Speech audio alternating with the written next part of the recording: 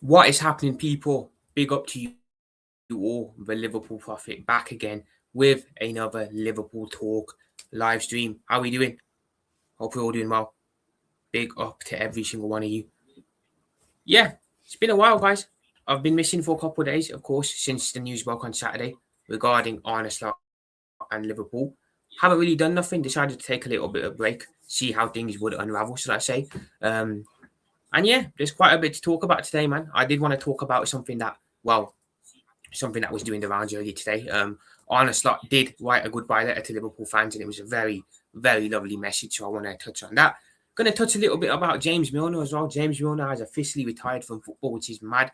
We'll discuss that. We'll discuss a bit about the Champions League final as well, people. We can talk something non-Liverpool related. If you do wish to, people, we can discuss the UCL final. And we can just discuss everything football related in general. I'm an open book at this point. Season's over. I'm easy. But big up to every single one of you locked in, man. Appreciate you all, man. Appreciate you all.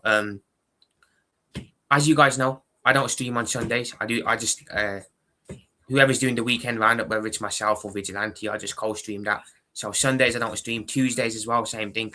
I just co-stream the full-time vibes stream. So yeah, I'm back though. It feels good to be talking about Liverpool again though, nonetheless, everyone. Hope we're all doing well. Big up to you all. Big up to Natasha. Hope you're well, Natasha. Big up. Apologies, guys. I did have to reschedule the stream.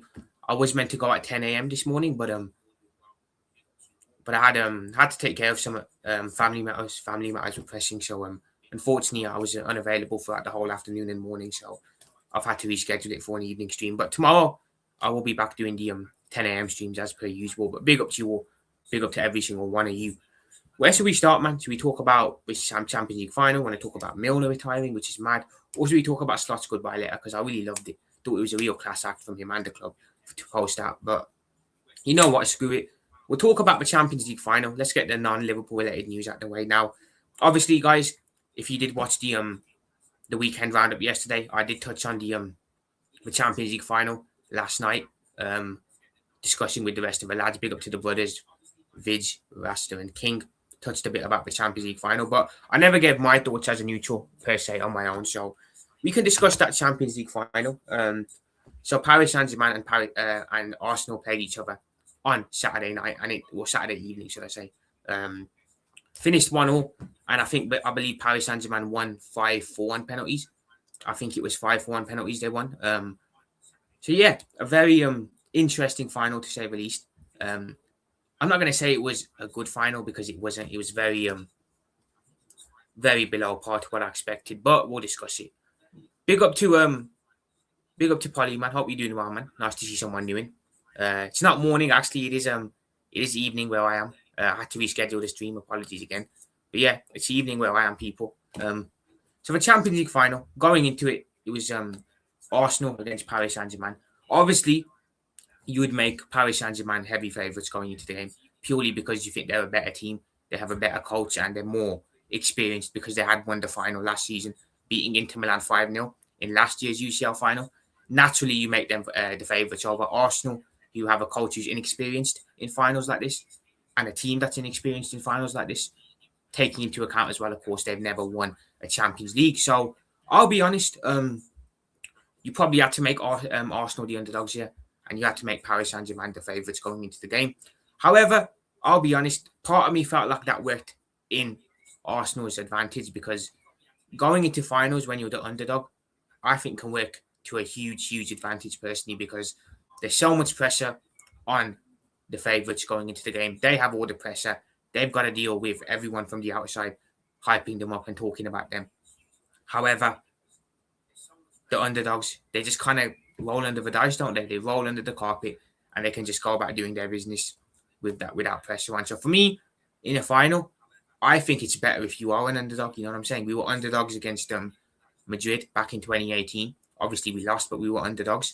I think it works better because the pressure's all on one team and the other team don't really have much pressure on them. So going into the game, I actually felt that all the pressure was on Paris Saint-Germain.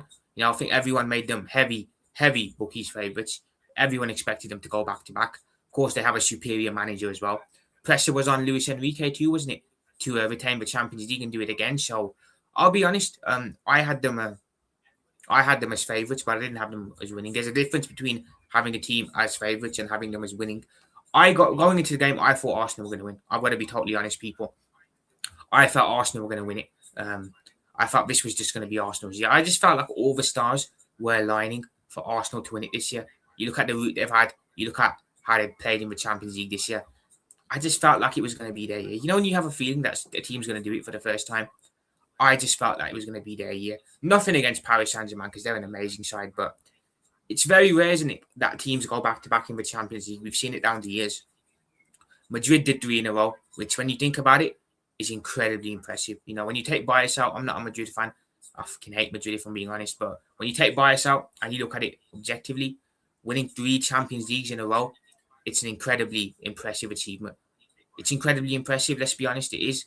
It is incredibly impressive because most teams struggle to just retain it and go back-to-back to even get to the quarters of the round of 16 at times. So for them to go back-to-back 3 times, it's good. It's a very, very good thing, isn't it? So, but it's unlikely it happens because only Real Madrid have done it. Madrid did it with Zidane. No one else has really done it since then. So going into the game, I felt, okay, is it a little bit unlikely to think that Paris Saint-Germain can go back-to-back because not a team has done it since Real Madrid? That was something that I looked at. But then I also felt, okay, this is Arsenal's second Champions League final. The last one they were in was 2006. Is it likely that they go on and win their first one? So, honestly, it was setting up to be a very interesting affair, wasn't it, between both clubs and both teams as well. Both managers too. Both managers had something to prove going into the game. Let's not forget, Luis Enrique wanted to go back-to-back. Mikel Arteta wanted to win the Champions League. Not only would he have won it as an Arsenal manager, he would have been the first coach in their history to win them a Champions League. So there was motivation for both sides. I actually was watching Luis Enrique's press conference before the game, and he said, yeah, the motivation for Arsenal and Arteta will be strong because it's their first time and they could win it for the first time. However, he also said, do you know how powerful the motivation for a team who are about to go back-to-back could be? And he said it's even more powerful than the first time. So Enrique was trying to imply basically that the hunger for going back-to-back and retaining a Champions League is even more so there than the hunger of winning it for the first time. I don't know if I agree with that, to be fair, because for me, first time is always the best. You know, if you win something for the first time in your history, it's always going to be legendary. It's always going to be iconic. It's always going to be a moment that you remember and sits with you. Whereas I think if you go back-to-back, cool, it's great, but you have the muscle memory and the memory of having won it the year before. So I'm going to be honest. I think I personally would prefer winning something for the first time and the feeling of that than going back-to-back. But Luis Enrique, of course, is more than entitled to his own opinion. Big up to, honestly, Paris Saint-Germain were lucky to have come up with that penalty. Had they not scored the pen, would have just been a repeat of the first half and Arsenal would have won it. I agree, Polly, I do agree, man. I agree with you on that. Big up to Brian. Hope you're doing well, Brian. Big up yourself. But yeah, it was certainly set up to be an interesting game for sure. I don't know what the injury list was going into the game. Did Dembele play the game? I can't remember if Ousmane Dembele's played the game or not. I think he was injured. I think Arsenal had maybe 1 or 2 players out as well injured, but I think most teams were going into the game with a relatively strong squad. I've got to be honest with it. Like I said, you make Paris Saint-Germain favourites on paper because of the squad they have, the manager they have, and having won it before. You'd make Arsenal underdogs purely because they've never been in this situation. They haven't been in this situation since 2006. And let's be honest, that was with a completely different manager and a completely different team. You know what I'm saying? Times are different now.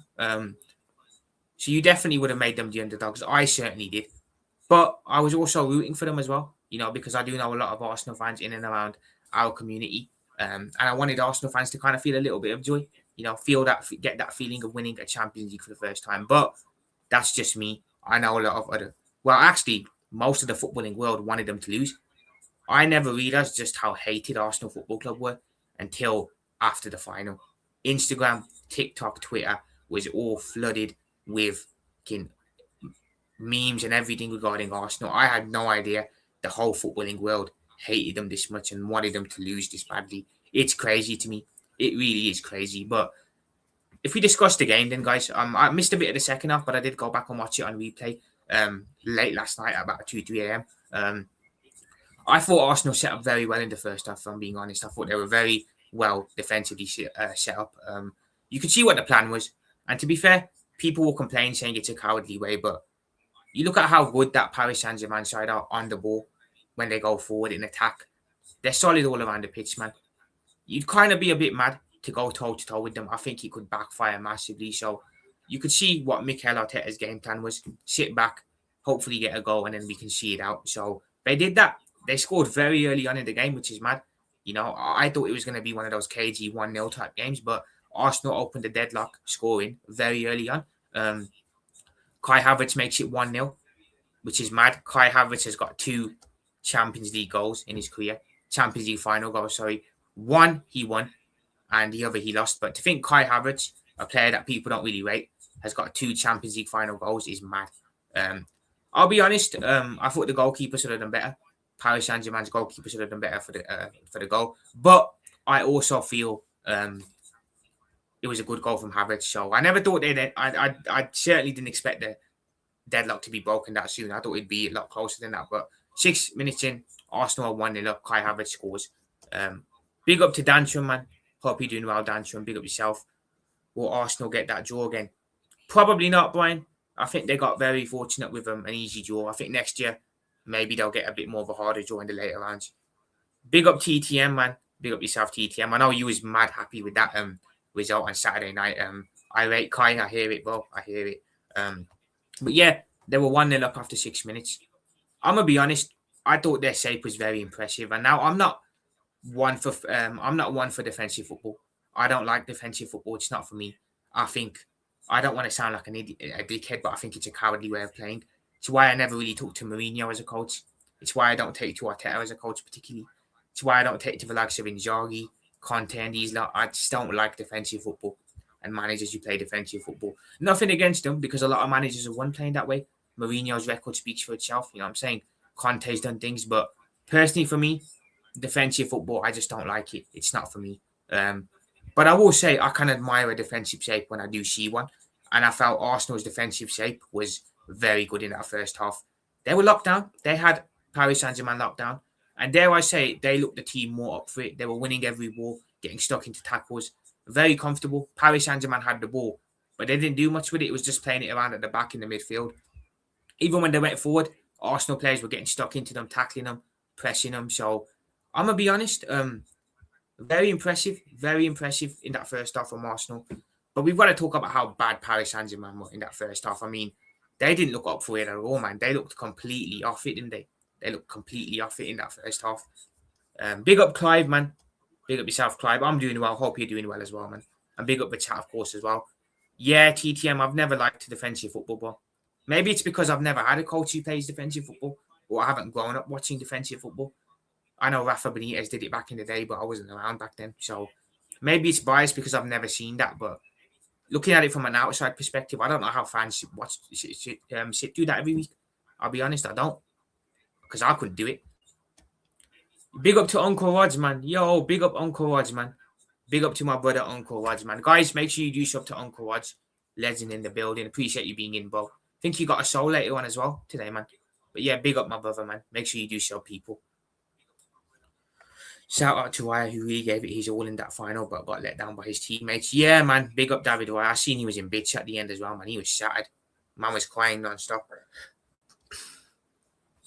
Facts about Paris, they were pretty off it, especially first off. They were TTM. It's mad. They look a completely different team to what we've seen all season and what we saw last year. Completely off it, man. It is crazy. It genuinely is mad. They were so bad. They had all the ball, but Arsenal were more than comfortable giving them the ball. They had 1 or 2 chances as well, but Paris Saint-Germain were very wasteful. I've got to say, I really, really admired Arsenal in that first half and how they rocked up to that final. They were really on it. I think Havertz even had a chance to make it 2-0, didn't he? I think there was a chance where Havertz was in, took a poor touch, and he could have made it 2-0. That could have been a big moment in the game. It could have been. You know what I'm saying? But TTM, they were bad, bro. I don't even think they were particularly great in the second half, to be fair, when I watched it back either. When Arsenal went 1-0 up, they should have gone for the jugular. I hear you, Brian. I hear what you mean, but do you not think that would have been a bit of a risk? Because with the attacking quality Paris Saint-Germain have, they could have really gotten at Arsenal. I know defensively, Arsenal are very good and they can defend the lead, but I hear what you mean, and I hear what other Arsenal fans are saying in the sense that they felt the tactics were cowardly, but honestly, I don't blame Mikel Arteta for setting up the way he did. I really don't. I really can't. I don't think I can blame him for that. Maybe I'm looking at it from a neutral and it's different for Arsenal supporters, but I don't really blame him for setting up the way he did. I really don't. Yeah, I don't really respect it. I feel like growing up United was a healthy blend of attacking and defending football. Exactly, man. I think you need to have a balance. You know, you need to be a good attacking team, but also a good defensive team. I don't like coaches that are more. I don't really like coaches that are more one or the other. I don't like a coach that's overly reliant on attacking football, like an Ange Postecoglou, for example. But then I also don't like a coach that is really, really over reliant on defensive football, like a Mourinho or a Conte, even an Arteta. It's just not for me, man. It's just not for me. I don't really view the old United as having any particular philosophy. We just did what we could to win. Yeah, man. Just did what you could to win, but you did win a lot, didn't you, doing that? So, yeah. The tactics were cowardly, but unfortunately, that's how all clubs have to come out against PSG. Yeah, I hear you, TTM. To be fair, we can all sit here and say Arsenal were cowardly, but Chelsea played the same way against Paris Saint-Germain home and away in the round of 16. We played the same way against them away from home in the round of in the quarterfinals. Bayern are the only team that really took it to them, to be fair. So I feel they're so good that you kind of have to play this way against them. You can't take the game to them because I feel you could be in for a bit of a rough ride. I'm going to be honest. I really do. But yeah, at halftime, I'm not going to lie, Arsenal looked very, very comfortable in the game. I think a lot of people, I know people were happy that they lost, but let's be honest, guys, Arsenal haters, I think a lot of you were stressed at halftime. A lot of you were feeling stressed at halftime with how compact they looked. I thought they were going to win it. I thought they were going to do it. Paris Saint-Germain didn't look like scoring at all in that first half.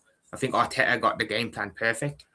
Then the second half comes around and you think, okay, surely Paris Saint-Germain have to come out better. Surely Enrique is going to grill into their team and get onto them. And it looks like he did. It looks like he did, man. Second half comes around. I'm gonna be honest. Even in the second half, guys, Paris Saint-Germain weren't great with it. The Arsenal player who gave the penalty away, was it Mosquera, something like that? He is gonna be kicking himself. He is gonna be kicking himself properly, man. Because if he doesn't give that penalty away, I don't think Paris Saint-Germain are scoring, guys. I'm gonna be honest. If he doesn't give that penalty away, I don't think he scores. I really don't think. I don't think they score. I really don't. I think they had the back door shut on them so much. They were really comfortable. Mosquera giving that penalty away, I can't lie, man. That was so rash and idiotic. If he doesn't do that, maybe it's a different game. You give them the penalty, they level it at 1-1. And from there, okay, that's when it becomes a bit hard. But I still feel Arsenal managed their defensive set well in the second half. Paris Saint-Germain, I still don't think they were particularly great after leveling the game. I think they were very... I don't know, man. They just looked unenergetic on Saturday. It's completely the opposite of what we're used to seeing from them. They were very unenergetic, which is very crazy in my opinion. What's your opinion on Slot leaving as well as his letter? Personally, I thought it was an absolute class act from him. It was a really class act from him, Polo. I am going to get into that. I'm going to just discuss the Arsenal game quickly, finish up on it. Then we'll get into the Liverpool side of stuff, which is why I think a lot of you are here. But yeah, for the rest of the second half, I don't think Arsenal were really troubled, to be fair. I don't think Paris Saint-Germain caused them much problems. I don't think Arsenal were brave, though. I think there were a couple of moments they could have been braver, and they weren't. It goes to extra time. It then goes to penalties. Look, guys, it's a cruel way to lose, isn't it? Let's be honest. It's a cruel way to lose a football game on penalties, especially losing a Champions League final. Losing a Champions League final on penalties, that's got to be incredibly demoralising. It has to be incredibly demoralising, man. So I feel for every single Arsenal fan that had to sit through that and had to watch that. It's a really cool way. And it goes to show, doesn't it, that football can be very cool at times. It really does. Yo, big up to my brother Vidge, man. Big up yourself, Vidge, man. Guys, make sure you do shut to my brother Vidge on his gaming channel. And, of course, his regular channel as well, man. Big up to my brother. Marge, do get his links in the chat, please, if you can. Thank you very much. But big up, bro. Hope you're doing well. Thank you for being in. Much appreciated, as always. It's cool, man. It's very cool. It could have gone anyway. It could have gone Arsenal's way. It could have gone Paris Saint-Germain's way. Condolences to, obviously, the two players who missed the penalties. I think it was Eze and was it Gabriel? Both of those two. Condolences to them. Condolences to Raya as well, because I feel Raya probably did his best in the game. Made a couple of good saves as well. So, Yeah, it was unlucky. It was very unlucky from Arsenal Football Club, I think. Very, very unlucky for their fans. Um, and for the team as well. It's got to be very shattering that. Very, very soul destroying, losing a Champions League final on pens. If I'm correct as well, that's one of the first finals that's ever gone to pens in the Champions League. If I'm correct in saying that. It's mad. It's crazy. But ultimately, you know, they were unlucky. We'll see if Arsenal can rebuild now, go again next year in the league and Champions League. As for Paris Saint-Germain, they weren't great in the game. They really weren't great. They really caught life, I can't lie. I think they really caught life. But in the history books will say that they won it back-to-back. So, yeah, Paris Saint-Germain, champions of Europe again for the second time in their history. It's mad that they've gone from being a team that couldn't win it for years to now having won it back-to-back under Luis Enrique, which is crazy in my opinion. But you got to give them their credit, give them their credit. They've built a really good squad there. They've got a really good coach there in Luis Enrique. And could they win 3 in a row? I think it's very, very, very likely, man. I can't lie. I do think it's very possible they can win 3 in a row. Big up Nighttime Kid, man. Big up yourself, Nighttime Kid. We're just discussing the Arsenal game a bit. We're just giving my thoughts on the Arsenal versus Paris Saint-Germain game. If I'm an Arsenal fan, understandably, you're going to be very, very upset about it. And I understand Arsenal supporters who are angry at the likes of Raya, the likes of Gabriel, the likes of Eze, because they did miss the penalty. Both of them missed the penalty at the end of the day. But I think Arsenal did give it a good go in the end. They gave it all they could, I suppose. And yeah, that's my thoughts on the Champions League final, people. From a neutral perspective, it wasn't a great game. It wasn't a great game. To be fair, did I expect it to be a good game? I actually did.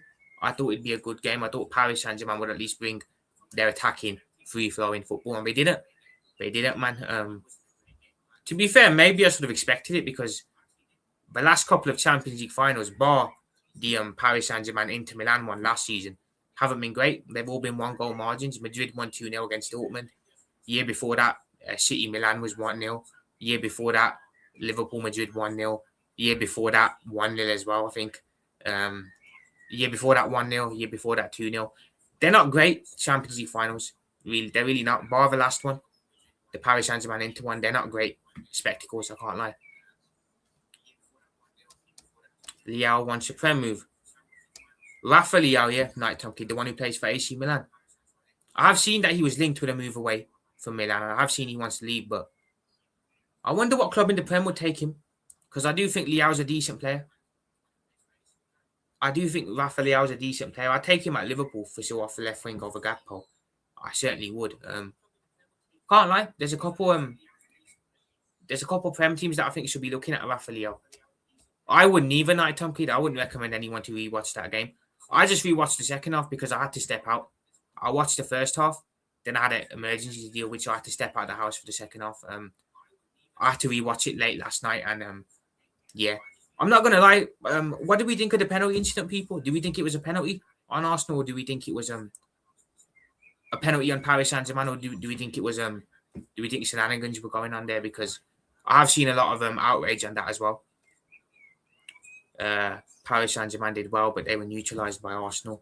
I think people were expecting a game like the one against Bayern. You're right, Jack. It was never going to be a similar game, was it? Because Bayern, I think, tried to go toe-to-toe with Paris Saint-Germain. I don't think Arsenal were ever going to go toe-to-toe with them. Arsenal were always going to be the team that sat in, let them have the ball. So I agree. It was never going to be the same type of game. With Leao being linked to Tottenham and Man United. Hopefully United don't get him. That's what I say. I don't want United to ever get any good players. So if it's out of those two, I'd prefer Spurs get him. I can't lie. But I'll take him at Liverpool. I definitely think he's someone that we should be in the market and looking at. I really do. And we'll see what happens there. Don't care if penalty takers do stupid run-ups as long as they score. I agree, Brian. As long as you score, I don't give a crap what your run-up's like. You could do something mad. Just put it in the net. If you do a dumb run-up and you don't score, or if you're trying to be smart with your run-up or clever and you don't score, it's not a good look on you. It's a penalty shootout. It's a penalty shootout. Nerves are on the line. You should not be trying to be smart. You shouldn't be trying to be smart with your run-ups or trying to do anything crazy. Just get the ball, put it in the net. A penalty's a penalty. If it goes in, it goes in. It doesn't matter how. I never understand a player that will try and be smart in a penalty shootout. You're playing with the future of your club, low-key. I don't know if any Arsenal players were doing that in the run-up, but I never would do that. You've got a death wish doing that. You really have. Night Tom Kid thinks it was a penalty for Paris Saint-Germain. Fair enough. Madueke drags Nuno Mendes and dives looking for a pen. No pen. Okay. Arsenal sat back for 90 minutes. They did, Night Tom Kid, but they neutralised Paris Saint-Germain well as well. I know everyone's saying they sat back, this, that, but I admire a good defensive shape when I see one. And that was a very good defensive shape for me on Saturday. I thought that was a very, very good low block. Like I said, it's not something I like seeing. I don't like teams that play low blocks. I've got to be honest. I never have and I never will. But you have to admire a good one when you see one. And I think Arsenal set up very pragmatically. But they were very effective because they neutralised the best team in the world. I don't know how they managed to do it, but they kept Kvaratskhelia quiet. Kvaratskhelia is a player that I thought was going to be a nuisance in this game. And they somehow managed to keep him quiet. So you got to give them their credit on that. None of us could do it, or we couldn't do it when we played them. Chelsea couldn't do it. Even Bayern couldn't do it. Arsenal found a way to keep him quiet, which is mad. The referee in the second half, the yellow card and the mascara throwing was excessive. I hear that, Jack Swagger. What Arsenal should have... I did see that there was an instance where Arsenal should have... people said they should have gone down to 10 men. I think the guy who gave the penalty away, they were saying should have been sent off. Something like that. I'm not too sure, though. Again, I don't want to speculate because, again, the referee... we've done that one. Yeah. Arsenal fans cry too much. Saka's handball. Arsenal should have been down to 10 men. I hear you, Night Tom Kid. I hear you. But look, they lost the final at the end of the day, Night Tom Kid. They're going to feel upset. They're going to be aggrieved by it. You know what I mean? They're not going to be happy at the end of the day. I wouldn't be happy. You know, I haven't taken the piss out of any Arsenal supporters this weekend because at the end of the day, I know the feeling of losing a Champions League final. I do. I know what it's like going to a Champions League final. I was actually confident we'd win in the two that we lost, and we lost both of them. So it's a horrible feeling. It's the worst feeling on earth. Dare I say it? In footballing terms, it's the worst feeling you can experience as a fan. You know, going into a Champions League final and losing one. I've seen it. I've watched it twice. So, you know, it's not nice, man. It really isn't. What ref was okay, bro? You guys are not seeing. Night Tom Kid, you have to be. So, you know, I'm not going to lie here. Some of your comments throw me off, bro. Because I don't know what you're trying to say at times. I don't get what this means here. Oh, you on about the ref? My bad. You on about the... Night Tom Kid, say it again, bro, because I don't know what you're trying to say. Arsenal should have been down to 10 men. Bro, you know what, guys? You look at the Prem refs, mate, in the league are cheating mugs, bro. Night Tom Kid, I don't know, bro. I don't know. But yeah, I know what it's like losing a UCL final. It's not nice. And you know what makes it worse, I think, is the fact that you don't know if you're going to be here again. That's what makes it worse. The sense of, are we going to get back here again? Are we going to have another chance like this again in our lifetime? That's what kind of makes it worse for them. Particularly for their club, because you know, the last time they were in a final, I think, was 2006, with a completely different manager and team, like I said earlier. So, you know, it took them a decade to get back here to another final. So, you know, a lot of them were to be fair, a lot of people now that are watching this final were in their 30s. They were kids back then. They were teenagers in 06. So a lot of them are probably worried that they're never going to get back in this position again and they're never going to have another chance like they did. Yeah. Well, can't get away with things when you get away with it in the league. I understand what you're trying to say, Night Tom Kid. I understand you. But look, condolences to Arsenal supporters. I'm not going to be one of those fans that rubs it in. I'm not going to be one of those supporters that rubs it in and is taking the mick and that, because that's not what I'm like. I'm not like that as a fan. You know, I try my best to be objective, level-headed, and as unbiased as I can. And for me, I think Arsenal fans should be, I'll say they should be proud of their team because they went in there. Couple of standout performances. I know Gabriel missed a pen, but I probably looking back at the second half, I think he had a good game. I think Raya made some very good saves, so I think it's very unfortunate for those two. You can be proud, but then you also can feel sad as well because at the end of the day, you didn't win. You didn't win the game. You lost the game. You know, and ultimately, I think people want to win at the end of the day. A handball is judged by based on whether a player deliberately touches the ball with their hand. Saka obviously didn't. Watching. So what about the handball that led to the first goal? The Havertz one.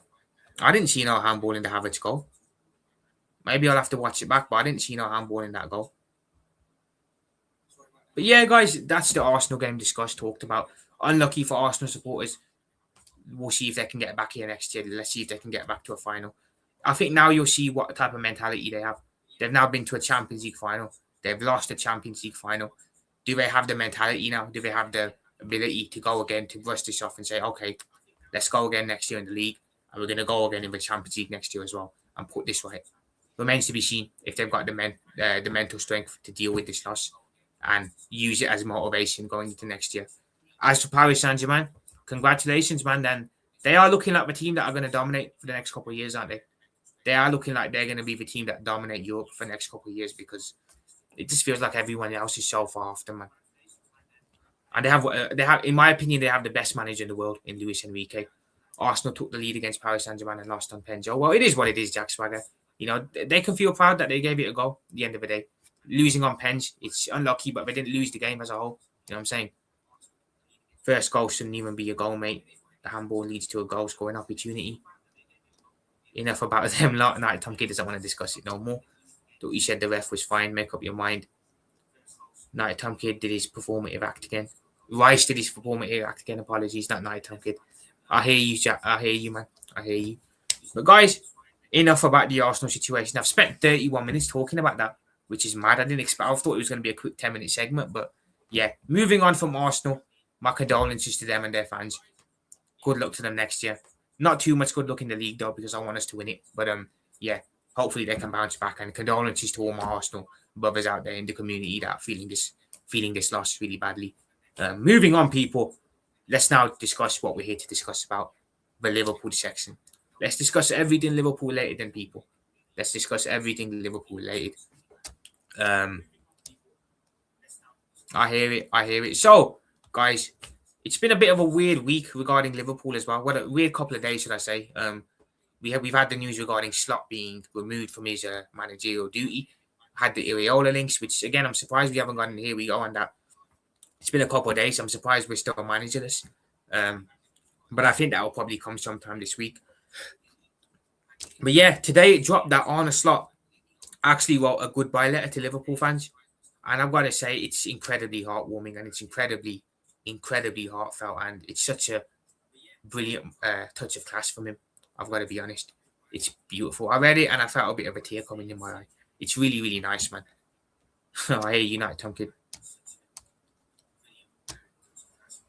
Kanate is gone indeed. Yeah, Kanate gone on Thursday. Or was it Friday? Kanate gone Thursday. Slot sacked on Saturday. Iraola links as well. Been a mad couple of days, man. Been a very, very mad couple of days. But guys, Slot's letter was pure class. I know we've had our issues with Slot this season. We've all said he's a bit too emotionless, a bit too lifeless on the sideline. Complete opposite to Klopp. But the letter that I read was really, really nice, man. I've got to give him his flowers there. Hit Salah was like, not Tom Kid.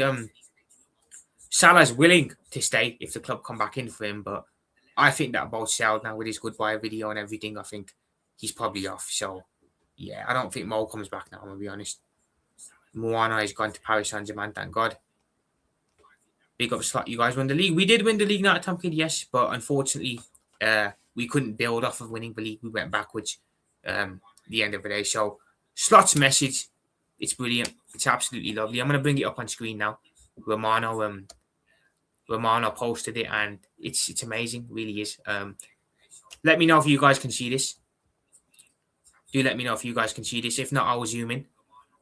Can you read that perfectly, guys, or do I need to zoom in? Let me know in the comments. If you can't, I'm more than happy to zoom in, not an issue.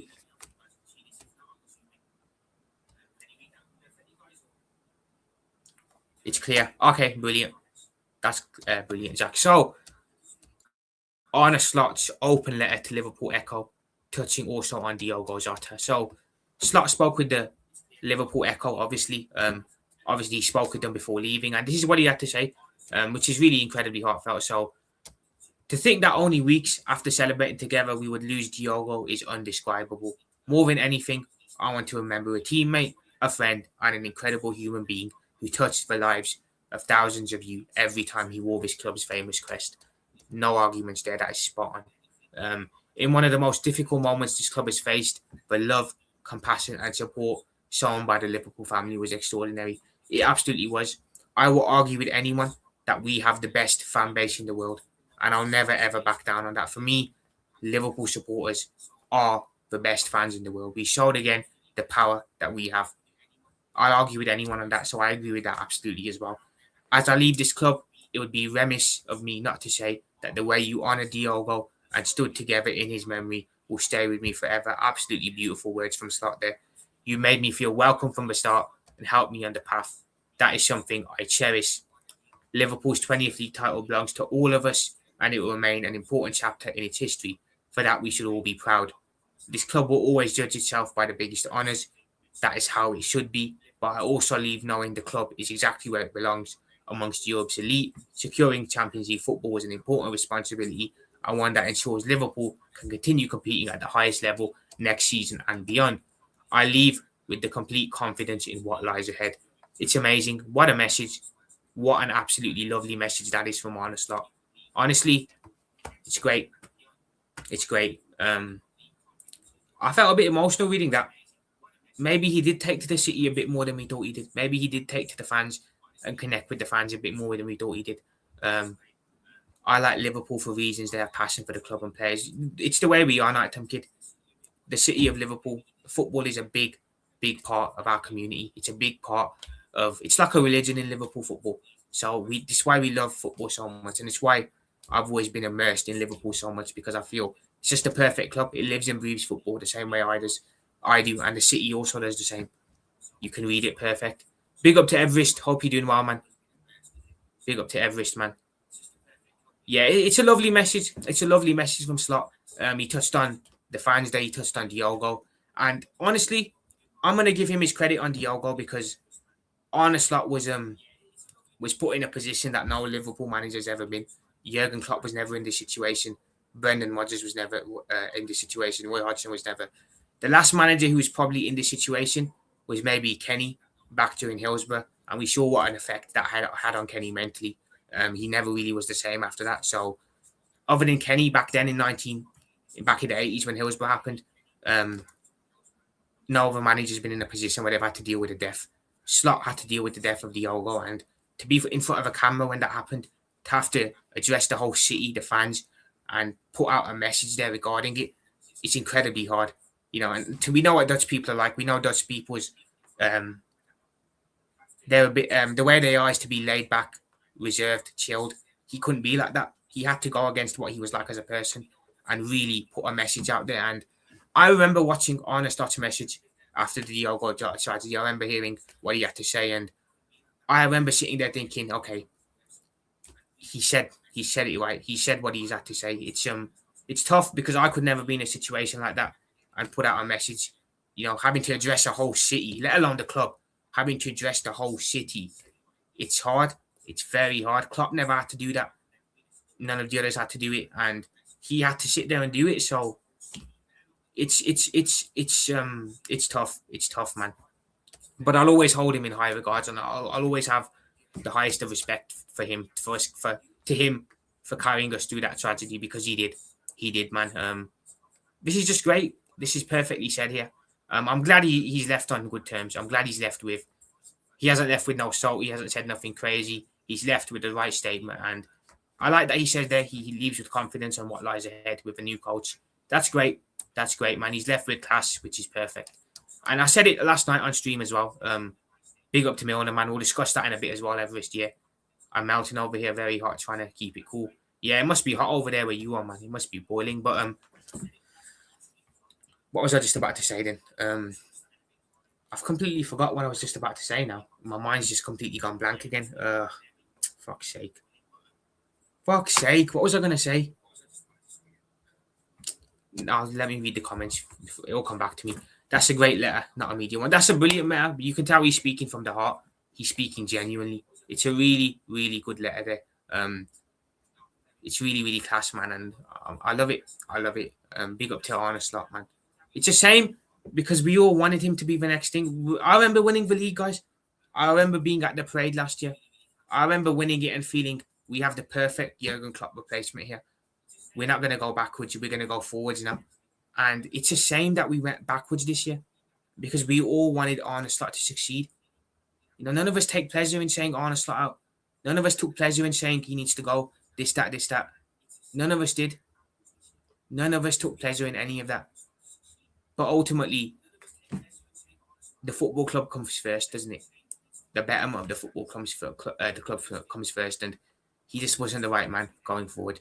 He didn't ever really engulf the culture, but that message there, that's spot on. I love it. Sorry, guys, I don't want to get emotional, but I suppose as a Liverpool supporter, I'm always going to be an emotional person, aren't I? Am I on Cool Rogers' show tonight? I'm not currently, no, Natasha. I won't be on it tonight, but I will be in the chat supporting, of course. You said that you left on good terms and not in a toxic way. Yeah, you know, I'm glad. Well, it was starting to get toxic, Everest, but the club have pulled the trigger on it at the right time before it got really toxic. You know, he's left on good terms with that letter saying what he said. And I think in years to come, when we look back in 2 or 3 years' time at Stott's time at Liverpool, a lot of us will remember that first year. I know in 3 or 4 years' time, when people ask me, well, how did you think of Stott's time at Liverpool? I'm going to remember him winning the league in his first year. That's what I'll remember. As time goes on, I think this season gone will become a distant memory. And it's not something we'll think of when we think of Arne Slot or when we're asked about him in years to come.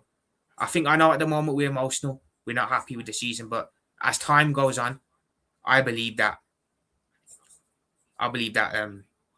we won't remember this season much when we talk about Slot, and we'll remember that first year. Big up to Raza, man. Big up yourself, Raza. I hope you're doing well, mate. Yes, TLP, I'm glad you got your appearance on Shane's channel. I got an appearance on Shane Gooner's channel. When was this, Raza? I don't remember. I don't remember appearing on Shane Gooner's channel, but nonetheless, I'm a huge fan of him, and he's got a brilliant following, so it's good that he gave you a chance. I've never been on Shane Gooner's channel, Raza. I've never appeared on there. He shouted me out a couple of times, of course. Big up to Shane Gooner for that. But I've never been on his channel. Yeah, I haven't had that honor yet, unfortunately. But yeah, I think you might be talking about the times he shouted me out on a post or something. But yeah, would you take Kupai Jr. in the summer? Yeah, I would, Raza. I definitely would. I certainly would take Kupai Jr. He's a player that I'd look at, definitely. Only if Iraola wants him and the club look at him for sure. Slot out was because his presence was detrimental to the players, fans, and club. I'm glad he attempted to express himself in a class move. So am I. You know, he could have easily left on a salty note. He could have easily put a salty message out there, but he didn't. He put a nice, lovely message out there for us, and it's great. It's good that he holds no ill intent towards us. And like I said, like we all said, we all wish Arne Slot well in his next managerial adventure. I've seen he's being linked elsewhere, but we wish him well wherever he goes next. I certainly do. But yeah, that's a great message. Him talking about Diogo there and how he was moved and how honoured he was and how the fans reacted to it and how we honoured him. Him saying how taken back he was by the support and love. It's amazing. Oh, that's too big. That's not what I wanted. There we go. That's better. That's amazing. So big up Arne Slot. We wish you well wherever you go next, of course. One of the nice channels was on. Another one. I hear you, Natasha. I don't watch that channel, Natasha, so I don't know, but I'm just going to take your word for it. I think you went on your channel instead. But yeah, I saw that post and commented on it because you were on there. Big up, Raza. Appreciate that, man. Appreciate you, brother. Maybe one day I'll have the pleasure of being on his show. Who knows? But yeah, haven't had it yet. I see Liao going to Liverpool. He's someone that I'd look at, Natasha, for sure. I definitely would look at Rafael Liao. I think he's a very talented left winger. He'd definitely be an upgrade on Gakpo for me off that left-hand side for sure. So I'd certainly take him, yeah. But yeah, that's Arne Slot's message to the Liverpool supporters, people. Very lovely message. Lovely. Let's now move on to the other news that broke today regarding an ex-Liverpool player. I'm surprised that this is broken, but yeah, James Milner, the Liverpool icon, has officially retired from football. Which is mad because I thought Milner had a lot more in the tank. He was at Brighton this season. I thought he had more to give. I thought Jimmy Milner had a lot more to give, man. But yeah, Milner's retired. What do we think, man? What do we all think on James Milner announcing his retirement from football today? Some of the Bournemouth players to Liverpool. That would be good. Only if Iraola wants them, though, for sure. I'm tired of horrible soccer channels. If you love football, you can banter, but be respectful. Yeah, exactly, man. Just be respectful, man. I think the problem is people can't talk about. Sometimes people get so rattled that they have to get personal with you. I can never do that. At the end of the day, it's just football. You know what I'm saying? It connects us. Football should unite us together, not push us away from each other. Whether you support Liverpool, Arsenal, Man United, Madrid, whoever, football should be a uniting thing that unites everyone together for the love of the sport. It never should drive you away. So, yeah, man, it's okay to disagree with people. It's okay to have differences of opinions, but never be disrespectful to another person and get personal with them over it, I think. Big up to Chronic, man. Guys, make sure you do sub to Chronic as well. Another legend in the building. Hope you're well, man. Big up Profit. Big up yourself as well. Hope you're good, my bro. I am. Hope you're doing well too. Alex Scott and Ryan to LFC who says no. Yeah, potentially, man. Potentially. I love this channel and energy. Respect to you. So respect to you, Jack. Respect to you, Jack, because you tune in day in, day out. And that means a lot to me, man. You will say thank you to me. I say thank you to you, the lovely community. Big up to you, Jack, as always, man. Big up, man. And big up to Night Tom Kid as well, man. Another one. He's been here since day one.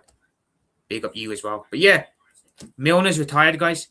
I'm going to bring up James Milner's trophy record here because when I looked at it, I was like, wow, Milner's really won that much in the game. So yeah, Romano also posted this on Milner today. So as you can see there, people, official James Milner retires from professional football. He has the record for the most appearances ever in the Premier League. That is crazy. James Milner has the most ever Premier League appearances. That is mad. When you think about the legends we've had in the Prem down the years, to think he's had more appearances than all of them is crazy. So James Milner has the record for the most ever appearances in a Premier League or for a Premier League player. That's a big honour for him. Huge honour. And look at his trophy record, guys. That is crazy. He leaves with 3 Premier Leagues, 2 FA Cups, 2 League Cups, a Champions League, and 2 Community Shields. People don't come out to count the Community Shields, but they're there on the CV. So he's not done too bad trophy-wise either. He's won 3, 5, 7, 9. He's won 10 trophies in his career. So it's not bad, man. That ain't bad. Milner, the most ever appearances in the Premier League for a player. That is crazy. Absolutely crazy. Of course, man, Night Tom Kid. We all love to have a laugh sometimes. I'm not sure, Night Tom Kid, what's going to happen with Harvey Elliott now. I think with Slot, there was not a chance he was going to get game time. But maybe Iraola might be a bit more keen on bringing him back. But we'll have to see. We will have to see on that for sure. But yeah, that is crazy. Milner, the most ever Prem appearances. You know, more than the likes of the legendary players we've had, like the fucking Bergkamps, the Henrys, the Ronaldo, all them. Not crazy. Absolutely crazy. Trophy record ain't bad either. You know, 3 Premier League titles. 1 for Liverpool, the other 2, I believe, were for City. 2 FA Cups, 1 was with us as well. 2 Community Shields, one of those was with us as well. A League Cup, one of those was with us, and the Champions League, of course, was with us back in 2019. Milner's always been a player that I've had so much respect for because I think he's a perfect example of a player that doesn't ever give up, doesn't ever not give his all, always working his socks off. I remember when the clock, this guy could play right back, he could play midfield, he could play anywhere on the pitch, you could put him anywhere and he would do a job because it was ingrained in him. A proper workhorse and a player that worked his socks off everywhere over the pitch, worked his socks off. And you need players like this, you know, players again that aren't the most talented, but they're very, very, very energetic and they work hard for the team. I think every team needs a player like this, a player like a James Milner. And honestly, with how we've been outran this season in most of our games, we could have done with him in midfield. I'm not going to lie. We need every player we can get with Iraola nowadays off. No coffee shops. No coffee shop stops. Bring it in. Bring it on. Yeah, I hear you, Quanic. I hear you, man. But look, I'm a lot more hopeful and optimistic for the future now with a new coach. I think if we have a good window and he's backed, there's no reason why we can't get back to our best. Absolutely no reason why. So I'm a lot more optimistic and positive for the future of our club now, for sure. Epic career, decorated as a champ, great role model. Brilliant player, Jack. Milner is a brilliant player. Maybe not brilliant from a quality perspective, and a technical perspective, but brilliant in the sense of a workhorse, a dog on that pitch in football in terms, of course. And look at his trophy record. I didn't realize he'd won that much as a player. And I didn't even know he had the most records. He holds the record for the most ever Prem appearances. So big up to James Milner. He's had a very, very good career. I thought he'd had a bit more in the tank, to be fair. He only went to Brighton this year. I thought he had a lot more in the tank. So the fact that he's calling it a day is a bit mad. But of course, Father Time catches up with all of us, doesn't it? To be fair to Arne Slot, he has an excuse that Hughes has been useless since he started, especially summer of 2024. I haven't agreed with his criticism this season, but his one of a squad being small is spot on, and the huge dig at Richard Hughes. I agree. You know, Arne Slot was only half of the problem, wasn't he? He was a big problem, but he wasn't the main problem, and he wasn't the only one. You know, Hughes is also a big problem, which is why I'm happy that he'll be leaving next summer. Raza, I don't see him staying. Big up to the Woodmaster. Firstly, we have to convince good players to come to a club in chaos. Would they prefer PSG or City, or a club that's in turmoil? We're not in turmoil, to be fair, Woodmaster. Liverpool, we're not in turmoil. We're really not as bad as people think, man. Now that the coach is gone, I don't think we have to sell a lot of players. I think the core of our squad, the base of our team is very good. I think if you add some players to the team, I don't think this summer's about outgoings for me. I think it's more about incoming. So I think we have a very good squad. I don't think we need to move a lot on. I don't think we're in turmoil at all. I really don't. I don't think we're in turmoil at all, man. I think with a couple of additions, we can be back to where we need to be easily. Breaking news: the out Liverpool also Wharton to Liverpool. What? Who's reported that, Natasha? Where does it say that?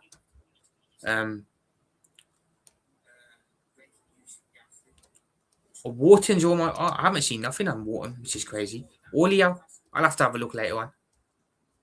No, but Woodmaster, he's a big part of the problem. We're not in turmoil. I think to say we're in turmoil is a bit mad, I can't lie. Because if we're in turmoil, that means we're in a situation like Tottenham are in, where they just survived relegation and they've got a big summer ahead. We don't need to sell a lot of players in our team. I think we have a very good base with Words, Isak and all these guys. We need to add. I think we need to add some wingers, add a centre-back now Kanata is going, maybe add a DM. And we can be right back up there. We can be right back up there being the Liverpool of old and what we need to be. Yeah, but Nighttime Kid, I hear it, but he looks like he doesn't want to leave. He's your captain as well. You'd be mad to sell your captain, so it looks like he doesn't even want to leave. Ferman Lopez is okay, but better out there. For sure, there's definitely better than that out there. I would definitely look into the market. I think there's a lot better than that, but he wouldn't be a bad option for sure. But yeah, James Milner, what a guy, what a legend, what a player. Big him up, man. Big him up every single time. So yeah, that's the Milner news. We'll see what he does now. I wonder if James Milner goes into management maybe. Does he go into punditry? Does he become a manager? What does he do? So that'll be interesting to see for sure. But I've got nothing but respect for him as a player. He gave his all for Liverpool when he was here. Nothing but respect for James Milner. Not going to lie, I'd sack him, Richard Hughes, now. In any other profession, he wouldn't have lasted more than a week. Sadly, I think we need 8 to 10 players minimum this summer alone. I don't agree. I don't think we're 6 to 7 years behind. See, I don't agree with this, guys. I really don't. I really don't agree with people overreacting. Yeah, I'm not taking a dig at no one, but to say we're 6 or 7 years behind where we need to be is crazy. We're not. We're really not that behind. We need to make a couple of investments this summer. Like I said, the base of a team is very, very good. I think the base is very good. Just build around it now and invest in a couple of players. We're not 6 or 7 years behind, Raza. No dig at you. Big up yourself. Appreciate you as always, but we're not 6 or 7 years behind. And I think to say we need 8 to 10 players is a bit of a stretch. I can't lie.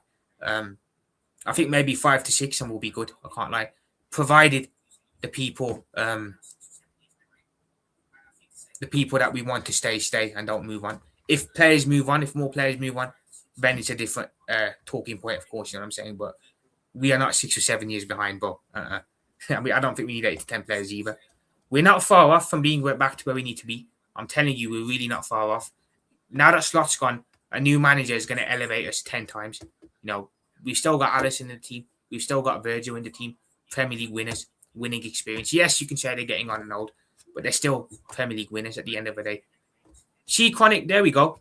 I agree. A few decent additions, and we'll be back. But the only issue I have is that I agree with you guys. I don't particularly take to Richard Hughes at all. I don't particularly take to Richard Hughes at all. I don't trust him to make the right additions. Get him out of my club. What, Romero is your captain, bro? Don't talk about your captain like that. Fair enough, Woodmaster. We can agree to disagree, but I don't think it's as bad as people making it out to be. I really don't. We're really not that far behind from getting back to where we need to. Romero is toxic. I think when we switch off, for. Long story short, I don't want a weak person in my club, let alone be a captain. I hear you, Night Tom Kid. I hear you, man. I hear you. But there's a couple of reasons I wouldn't want Christian Romero at Liverpool. One, I think Night Tom Kid said it perfectly there, everyone. As a captain, he's not a leader. He's not a strong personality. He's hid, to be fair, for Tottenham when they've needed him. And you don't want someone like that with that weak type of mindset in your team. Another thing is he's very rash, let's be honest. He is very, very rash on that pitch. Gets red carded a lot. Too much for my liking. Don't want a player that's constantly getting sent off for me. So there's a couple of reasons I would stay away from Cristiano Romero. I think there's better centre-back options out there for sure. I really do. Thing is, we need to start buying players, squad fillers, then squad players. If the club is willing to let Ibu leave, what message is that sent to players like Sabazla, etc.? Tells them they aren't valued. To be fair, Raza, I understand what you mean, but the club were trying to negotiate with Ibu. Now, I don't know whether the club said, okay, we don't want to give you this amount of money. We're going to just walk away and we're going to say our goodbyes. Or whether Ibu himself just said, yeah, I want to go. I'm not getting what I want. But ultimately, as much as I'm sad Kanate is going, and as much as I will miss him, his performances haven't warranted the money he wants. They haven't. His performances this season have not warranted the amount of money he's asking for. I just don't think they have, personally. So I can see why the club have maybe said nah. But it gives us more work to do, I agree. At least we know they are paying attention. FSG needs to go back to manager status and get rid of SD. I hear it, Chronic. Definitely, man. But you know what? You're right, Chronic. At least FSG did listen. And I've got to big up every single Liverpool fan again. Every fan that was making their voices heard in the ground, online. Big up to you all, because you forced people higher up to listen. I actually don't think FSG really cared, I'll be honest. I think it was Hughes and Edwards that were very, very insistent on staying. I don't think FSG had an issue with keeping him or removing him. I really don't think they care. I think it was Richard Hughes and Michael Edwards that were trying their hardest to keep starting the job. I think once FSG made the decision, they couldn't do fuck all about it. They could cry into a river for all I care. But I don't think FSG were really bothered like that. I really don't. I think they were more than happy to sack him. They were more than happy to keep him. I think they were easy either way. The people who seemed adamant on keeping him were the sporting directors, which is weird. Very weird. We need good managers, and he gets back, then it's onwards and upwards. I agree, Brian.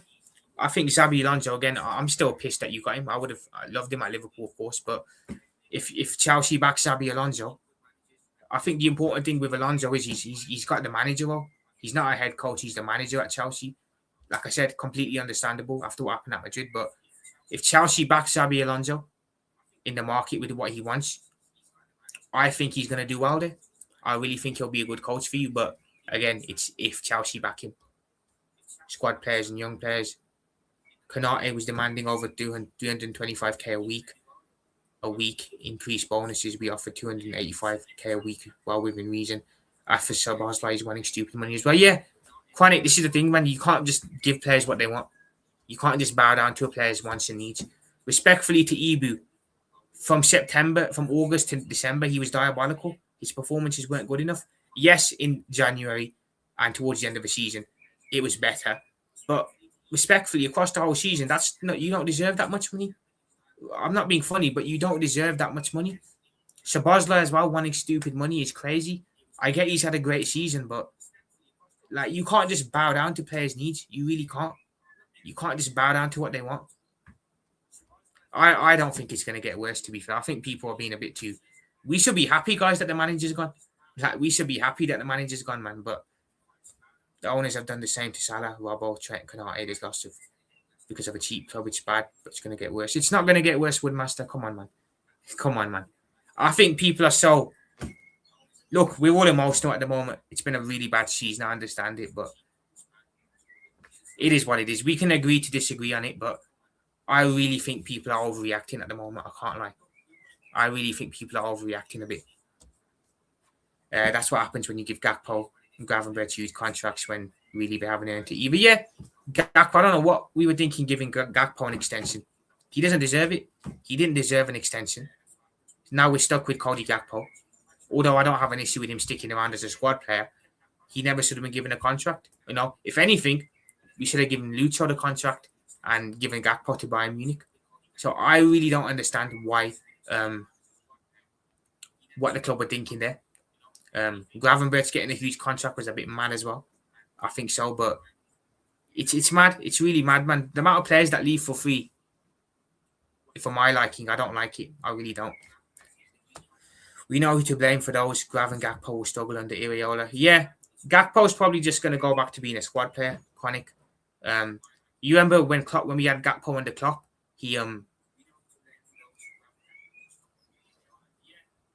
Gakpo under Klopp was a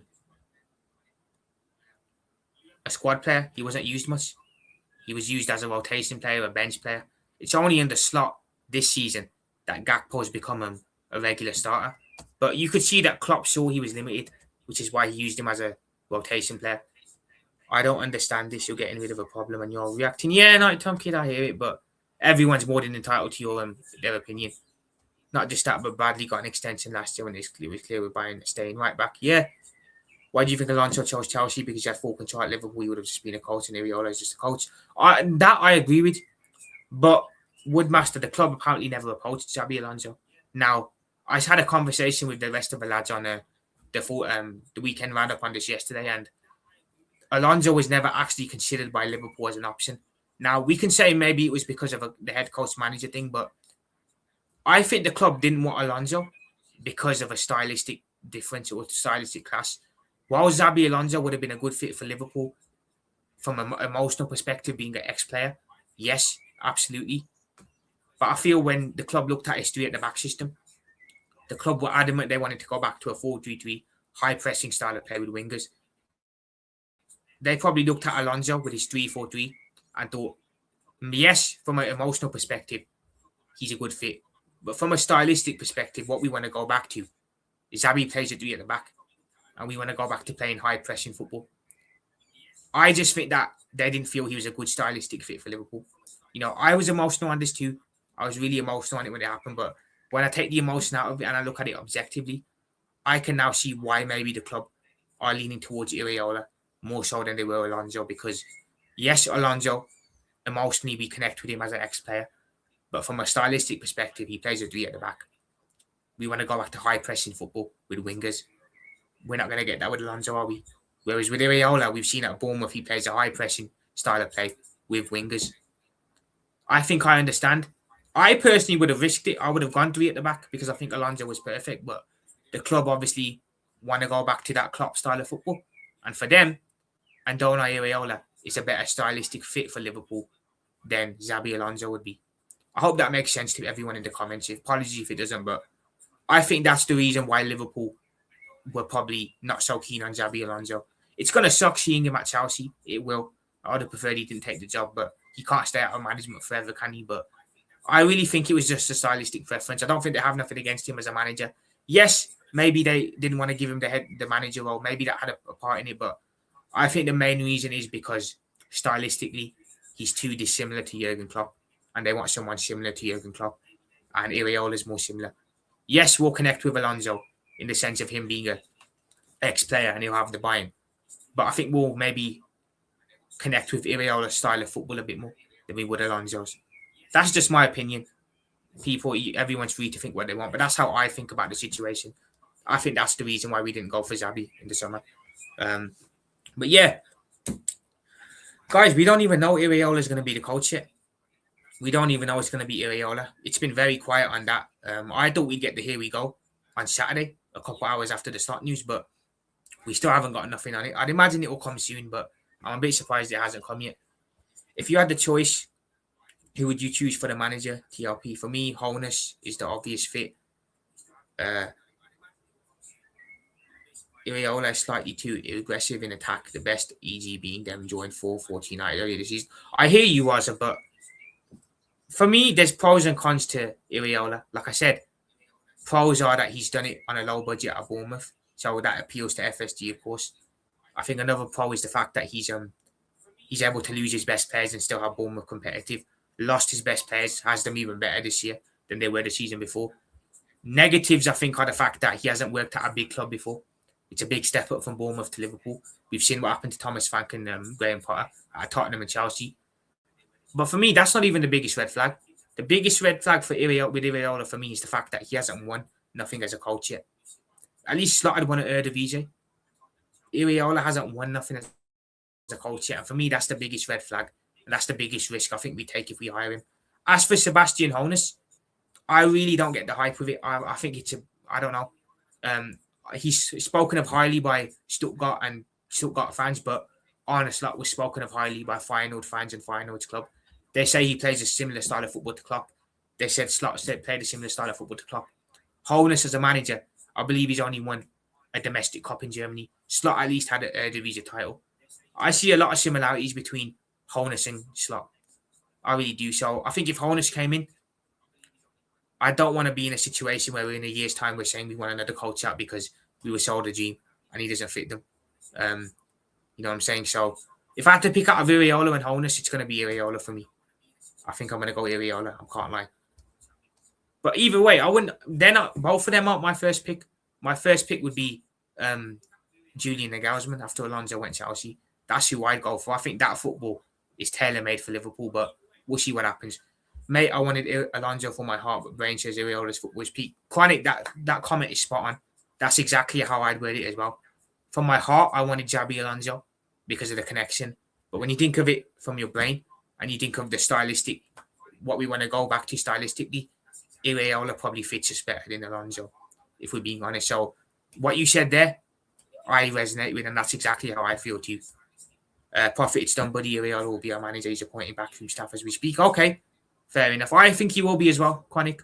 I think he will be as well. And I wish him all the best. I really hope he does succeed at Liverpool. I really want him to succeed, man. And we'll see how it goes. But guys, I want to touch on FSG. So FSG released a statement regarding Slot leaving. So this is what they had to say on removing Arne Slot from his managerial duties. So here we go. FSG statement on Slot. This comes from the Anfield edition. To say that this was a difficult decision for us to make as a club. To say this was a difficult decision to make for us as a club goes without saying. The contribution Arne has made to Liverpool FC in the time that he's been here, been with us, has been significant, meaningful, and most importantly, of all supporters and ourselves, successful. Okay, that's only a little quote. I thought there'd be more than that, but you can see that FSG were trying their hardest to give him every chance to turn this around. They were trying so hard to back him. You know that Hughes and Edwards are trying so hard to back him. But you can see FSG were trying to give him the benefit of the doubt too. But I'm glad that FSG realised that he had to go because clearly Hughes and Edwards were not seeing what we were seeing. But I'm glad FSG looked at it and thought, okay, this isn't going to get better. He can't take us forward and it's getting toxic and we don't want that. So credit to them for seeing what Hughes and Edwards were oblivious to. And I read somewhere that apparently the game against Paris Saint-Germain was a big turning point for them and a big red flag, as it should have been. I'll never understand why Arne Slot went to Paris Saint-Germain first leg and completely went against his whole philosophy. Spent most of the year complaining about the style of football in the Prem and how pragmatic it is. You know what I'm saying? I'll never understand how he complained for most of the season about the Premier League football and the style, and then he went to Paris Saint-Germain and put everyone behind the ball and played the way we did. It was just the complete opposite to what Liverpool should do. The complete opposite to what we need to do as a club. I'm going to be honest. And yeah, rightfully so, that should have been a big red flag because the man completely went against his footballing philosophies and played a brand of football that we just don't resonate with. You know, I remember that Paris Saint-Germain game earlier this season, seeing a setup like that. I've never seen a Liverpool team ever set up like that in my life. and I certainly never want to see that again. But FSG, obviously, look, they realised they had to pull the trigger, and I've thanked them for pulling the trigger as well, because if it was up to Hughes and Edwards, he'd probably still be here, which is crazy. Look, Woodmaster, you're very entitled to your opinion, brother. You're more than entitled, but I just disagree with you on that. I just have to disagree, but it's fine nonetheless. We can agree to disagree. If you saw Semenyo talking about Arne Areola, his training is brutal. He gives them 0 days off. To be fair, Jurgen Klopp got the plans to train in the evening. When they complained on it, he told him you don't like it tough. Brilliant. That is brilliant. Absolutely brilliant, man. I think training this year has massively lacked. Yeah, that PFP's cold, chronic, man. I love it, man. I love it. Brilliant, man. But yeah, I think training for me has massively slacked this year. Under Klopp, we know it was very high intensity, and the players were used to it. But for whatever reason, the training has gotten very, very lenient this year, which it never should be. And if Areola's like that, if he's brutal in training and he gives them 0 days off, brilliant, because we know Klopp was like that. And I know that players used to complain in the early days, and Klopp used to just say, you don't like it tough, get used to it. That's brilliant. If Areola is very, very adamant on training intensely and giving 0 days off, great. That's what we need. That's what we need, man. And that's a big plus in my eyes. Yeah, Klopp did the same thing, man. Klopp told players straight up, if you don't want to run, if you're not going to work hard, you're not playing. That's great. I like that a lot. So, yeah, I like high-intensity football, people. I've been used to that down the years, and I want to go back to that high-intensity, high-pressing, high-energy football. You know, we bring in a couple wingers because I think we're lacking in the winger area at the moment. Maybe getting a DM and a centre-back. I think we're good to go. I think we're good to go again next year. I really do. I really do, man. So the important thing for me was removing the coach, because the coach that we had with Slot, he was never going to turn it around, and it was going to be bad. So we've removed the coach. I think for me now, we can now look forward. We can be excited for the window ahead. Look at some of the players we're going to look at bringing in. I think it will change the summer plans a bit now. We'll see who Areola looks to bring in potentially as his signings, and I think we can be a bit more upbeat and positive next year. I think we'll see a big improvement on the pitch from us. And from a stylistic perspective, I think we'll get back to what we used to be. Look, it's never going to be as good as it was under Jurgen. We know it's never going to be as good as it was under Jurgen. But we have to accept that we're never going to have another Jurgen here now. You know, we had a manager like that. We were blessed to have a manager like that. We're never going to have that again. So if a manager can come in and have us playing a similar brand of football, that's something I'll take, man. If we win trophies along the way, even better as well, because that's what we want at the end of the day. Palestra at right back, potentially, yeah. Potentially.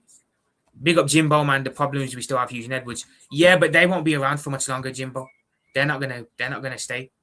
They'll be gone next summer. You know, they're not gonna stay. Looks like Michael Edwards is gonna be moving back to what he was doing before he joined us again. Looks like Hughes is nailed on to go Saudi Arabia. So those two aren't going to be at the club next summer. So I believe Areola is probably going to end up working with a new sporting director. Edwards is buying the players, yeah. But I think from what I've read, Areola is going to have a bit more of a say in players being brought in as well, which is good. He needs to have a bit of a say in who he wants. Yeah, not Dumfries for me, man. I didn't want to bring in Dumfries either. Big up Desio, man. Big up yourself, Desio. For real, bro.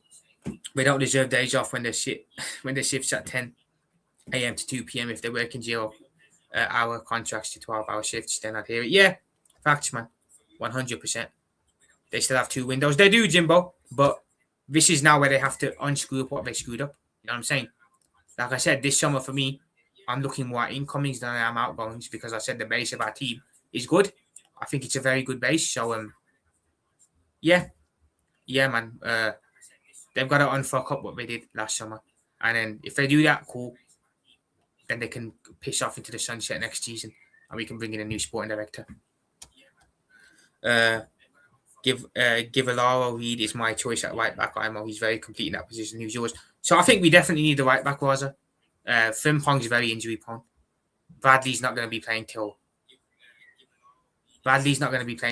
early 2027. So we definitely need to look at that department. He's someone I'd look at.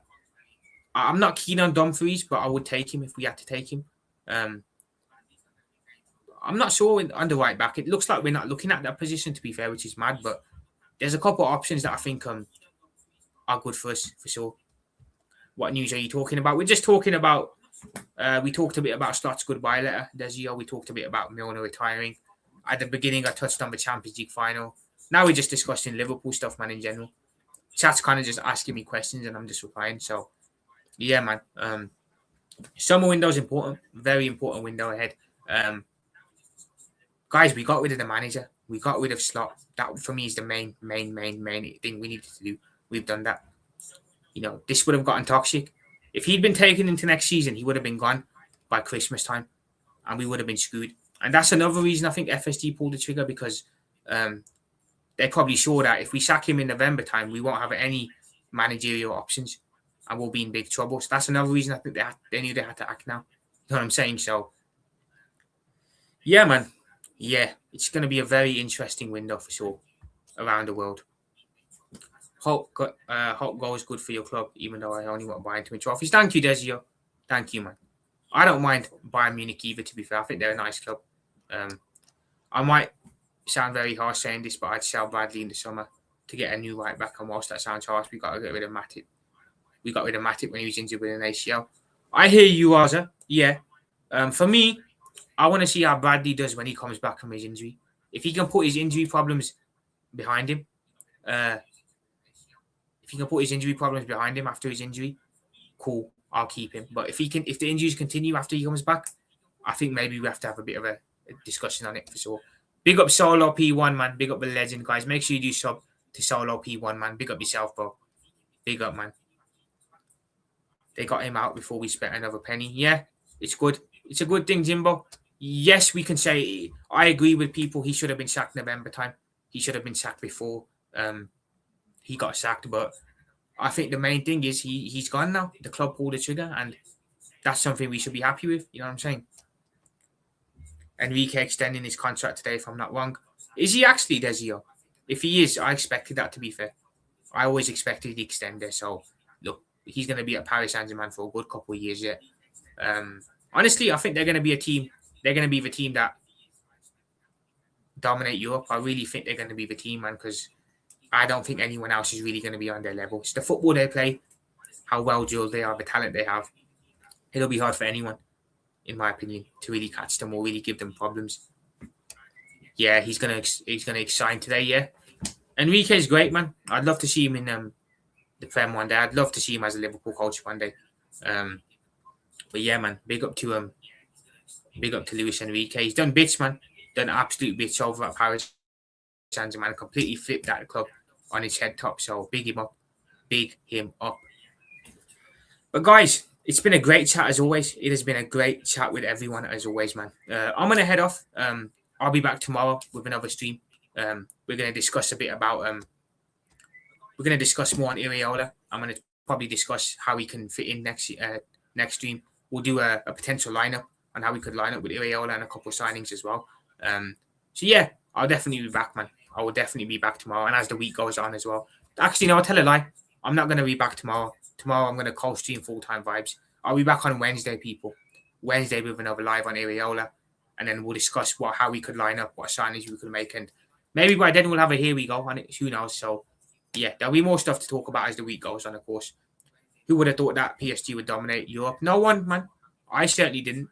I knew Enrique was a good coach, but I never thought they'd dominate this way. So again, it's credit to them. It's big credit to them and him and what they've done over there. Big up for the debates, TLP. Looking forward to seeing you soon. Big up, Raza. I'm looking forward to seeing you soon as well, man. But yeah, bless up to everyone who locked in. Appreciate you all, man. A great chat with everyone. Big up to all the legends in the chat. Big up to all the legends locked in the building. The ones that lock in, week out. Very much appreciate every single one of you, man. It's great to see us all growing together as a community. So yeah, if I just shout everyone out, man, before I do go. Big up to Natasha. Big up to Polo. Big up to Brian. Big up to Danchum. Big up to TTM. Big up to Clive. Big up to Uncle Rods, guys. Make sure you do sub to Uncle Rods, man. Another Liverpool content creator doing some great stuff over on his channel. Big up to my brother Vid. Make sure you do sub to Vigilantes Gaming, people, and his regular channel as well. Big up to my brother, man. Always in here supporting people. Big up, bro. Big up. Big up Nighttime Kid. Big up to Raza. Big up to Chronic. Make sure you do sub to Chronic as well, people. Another legend. Big up Woodmaster. Big up Jimbo. Big up Desio. Big up Solo P1. Make sure you do sub to Solo P1 as well, guys. Big up to every single one of you. And yeah, been a great chat. I'll speak to you. I'll see you guys again on Wednesday. And then Thursday, Friday, Saturday as well. And yeah, off it out in a bit.